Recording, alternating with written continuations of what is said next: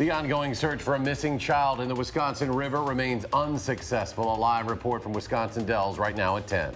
And a fiery crash in southeastern Wisconsin leaves 2 dead, while the sheriff says it could have been much worse if it weren't for a heroic driver. Plus, why prosecutors are now saying the shooting of former Red Sox star David Ortiz was never supposed to happen in the first place. From the Channel3000.com Alert Center, this is News 3 Now at 10. So today we spent the entire day on the water again searching, and we're postponing the night without the recovery. We'll starting tomorrow morning again for the recovery. We have new dive teams coming in, some different boats with some different sonar technologies to assist in the recovery. So that's where we're at for the night. That is the word from Adams County Sheriff Brent York just moments ago, giving us an update on the search for a missing child on the Wisconsin River. A second day of searching has come up empty. It's now been more than 24 hours since a child disappeared while swimming in that river. As you just heard, crews have once again suspended their search for the night and will resume their efforts tomorrow morning. Thank you so much for joining us. That river, by the way, the conditions there very tough. The Wisconsin is cold, fast moving, and you can only see a couple feet in front of you. Our Amy Reed has been speaking with people there about this very issue today. She joins us now from the Dells to share their experiences along the river. Amy? This river has given us this reminder before, but it's an easy one to forget. On the surface, it looks calm, but once you get underneath, it gets dangerous quickly. Parents keep a close eye on their kids here at Newport Park, especially after what happened in the same river yesterday. You got to watch them. You got to be around them the whole time. You got to watch them, and you got to be a good parent. Mike Iso is from Michigan, and kids being lost to water is something he's familiar with too. It's why he keeps his in close range. At the end of the day, it's not about the river. It's about the people watching their kids. That's what it's about. You know, it could happen in any river. It could happen in your backyard at the pool. Upriver, multiple agencies continue searching for the missing child. Mark Shutton comes to watch. He's somewhat of an expert on the water, living right next to it and doing research for scuba diving. He's been to the Bermuda Triangle, but he said he would never go here. It don't look like there's much on the river right now. It looks kind of calm at the surface, but underneath is a different story. He's seen too many kids and adults not staying safe in the water, meaning not wearing life jackets or other protective gear. Swimming, always have to be careful on the river. Undercurrents are really strong. They will pull you under, and if you don't have life jackets, things can happen. Even at places built for that sort of thing, keep signs with the warning. The Wisconsin River can be dangerous, and it's not a risk you want to play with. They're your kids, they're everything. According to the Wisconsin DNR, you are only required to have a life jacket on or with you if you're on a boat, large or small, or on a paddleboard. But people that live around here say that you should always have one on anytime you go out there. An update now to a story we've been following all day long. You are looking live right now at I-94 in Racine County. That highway is back open tonight, as you can see there, after a massive crash this afternoon involving 2 semi-trucks. The Racine County Sheriff says a semi traveling southbound overcorrected and crashed into the median wall, pushing the barrier wall into oncoming traffic. 3 vehicles then crashed into one another. You're looking there at a second semi that veered off the road, bursting into flames. The sheriff called that driver a hero. He turned off the roadway rather than crashing into 3 other vehicles in a semi. I would suggest to you that that is very heroic, risking his own life in an effort to save potentially 3 other vehicles. Sheriff Schmaling called it the worst crash he has seen in his more than 2-decade-long career. Both semi-truck drivers did die as a result of this crash. Other victims were treated for injuries by emergency medical services. This crash remains under investigation. Lanes of State Highway 81 are back open tonight after a house fire in Orfordville. Fire crews say heavy smoke and flames were coming from the second-story window when they first arrived here. The deputy fire chief of the town of Beloit says a contractor was at the home doing minor exterior work when he spotted the fire inside. He says the home is now a total loss with significant fire damage to that second story and roof area. The homeowners were not home at the time, so there were no injuries.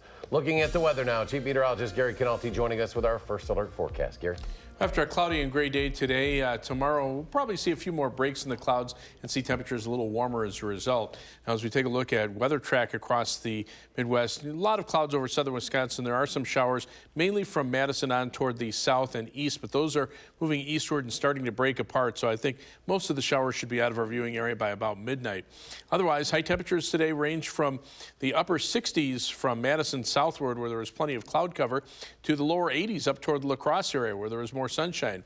And current temperatures still range from 71 in La Crosse to 61 in Madison to the mid-50s near Lake Michigan. By tomorrow morning, temperatures will drop into the middle 50s. The shower chances will come to an end. Look for variably cloudy skies tomorrow. Just an outside chance of an afternoon shower. High temperature at 74. That's your News 3 Now First Alert forecast. Gary, thank you. Authorities in the Dominican Republic say the shooting of former Red Sox star David Ortiz was a case of mistaken identity. The lead prosecutor says Ortiz's friend, who was wearing similar clothing and was seated with him, was the intended target. Dominican authorities laid out the chain of command and say a member of Mexico's Gulf cartel orchestrated the hit. He remains on the run. 11 suspects are now behind bars, including the alleged gunman. Ortiz is still recovering from the shooting at a Massachusetts hospital. Today, doctors upgraded his condition from guarded to good. Another American tourist has died in the Dominican Republic. 55-year-old Joseph Allen was found dead in a hotel room last week, bringing the total number of deaths to at least 7 since the start of the year. Officials at the U.S. Embassy in Santo Domingo say there is no proof that these deaths are connected in any way. The FBI is stepping in to help. A close call in Nevada today. A train carrying grenades, bombs, and hazardous materials derailed in Elko County. That's in the northeastern part of that state. A Union Pacific spokesperson says there were no injuries, adding all of the rail cars that had the munitions in them were located at the opposite end of the train, away from the derailment. Wisconsin Governor Tony Evers has ordered flags to fly at half-staff as a sign of respect for Officer John Hetland. He was a 24-year veteran of the Racine Police Department and was gunned down while trying to intervene during a robbery at a bar on Monday night. Police are still searching for the suspect. During a ceremony in Milwaukee, the governor proclaimed today as Juneteenth Day across the state. Juneteenth dates to 1865, the day that Union Army soldiers came to Galveston, Texas to declare the end of slavery. President Lincoln had issued the Emancipation Proclamation 2 years earlier. And on this Juneteenth Day, for the first time in more than a decade, U.S. House lawmakers held a hearing to discuss slavery reparations. The bill would create a commission to study the issue and make recommendations. The bill does not provide for any payments, which some studies estimate could cost up to $6 trillion. We are nearly a year away from the 2020 DNC convention in Milwaukee, and officials are already planning all the logistics of that event. Joe Solemnese is the CEO of the DNC committee. He was in Milwaukee today to discuss the planning process and says his goal is to carry out a convention that is transparent, respectful, inclusive, and safe. The Democratic National Convention will take place July 13th to 16th next year at Fiserv Forum. The new president for the UW System Board of Regents says he will continue to push for more state funding. Next week, the legislature will vote on a Republican-crafted plan that spends $69 million less on the UW system than what Governor Tony Evers had proposed. The Budget Committee voted to continue a tuition freeze at the UW system campuses over the next couple years, but rejected state money Evers proposed to fund that freeze. Faculty members say that means cuts will have to be made in other places. Regent President Drew Peterson says he does not want to dilute the quality of the campuses. Board of Regents had previously supported a tuition freeze with the recognition that there'd be reinvestment for things like faculty salaries, like public safety. Peterson says the Board of Regents does support the $1.1 billion proposed for UW system building projects, including nearly $78 million to renovate Camp Randall and $48 million to renovate the Cole Center. We are starting to get a picture of what the Foxconn buildings in Mount Pleasant will actually look like. The village voted on the construction today. The plan now calls for a 48-foot tall building, a power plant, hundreds of trees, even a Japanese-themed garden. The village released several renderings of the plan for the building this week. The village government voted today to allow Foxconn to exceed height ordinances. Board members also approved the power station to provide the whole campus with electricity. Construction on the walls is expected to start next month. Traffic should cause some delays at this weekend's American Family Golf Championship on Madison's west side. The city of Madison planning to put the construction at County Highway PD and Highway M on hold for the weekend. That's in order to keep workers safe. The tournament's organizer says to avoid that area, if at all possible, the construction is expected to be done in November. And still ahead tonight, a Madison-based startup hopes to give undiscovered musicians a platform to get noticed. And Marvel announces the re-release of Avengers Endgame. What makes this one different from the first movie? That's next.